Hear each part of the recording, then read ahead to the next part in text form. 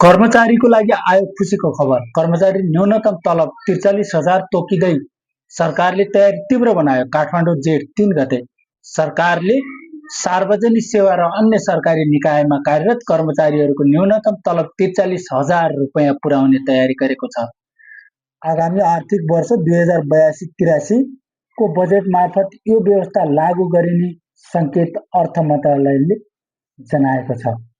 हाल कर्मचारीको न्यूनतम तलब करिब 26,000 रुपियाँ हाराहारी छ। जीवनयापन खर्चमा आएको तीव्र वृद्धिलाई मध्यनजर गर्दै तलब समायोजन आवश्यक भएको बताउँदै नीति निर्माताहरूले तलब वृद्धिको प्रस्ताव अघि सारेका हुन्। वर्तमान आर्थिक अवस्थालाई हेर्दा राज्यलाई भार पर्ने खालको वृद्धि होइन, तर कर्मचारीको न्यूनतम जीवन स्तर सुनिश्चित गर्न यो कदम आवश्यक छ, अर्थ मन्त्रालयका एक उच्च अधिकारीले बताए। यससँगै अन्य तलब भत्ताहरू पनि समायोजन हुने चर्चा सुरु भएको छ। शिक्षक, सुरक्षाकर्मी, स्वास्थ्य कर्मीहरूको सङ्गठनहरूले लामो समयदेखि न्यूनतम तलब वृद्धि गर्न माग गर्दै आएका थिए। सरकारको यो प्रस्ताव कर्मचारीहरूद्वारा स्वागत योग्य मानिएको छ। तथापि निजी क्षेत्रमा श्रमिकहरूका लागि पनि यस्तै न्यूनतम पारिश्रमिक व्यवस्था गर्न माग उठ्न थालेको छ।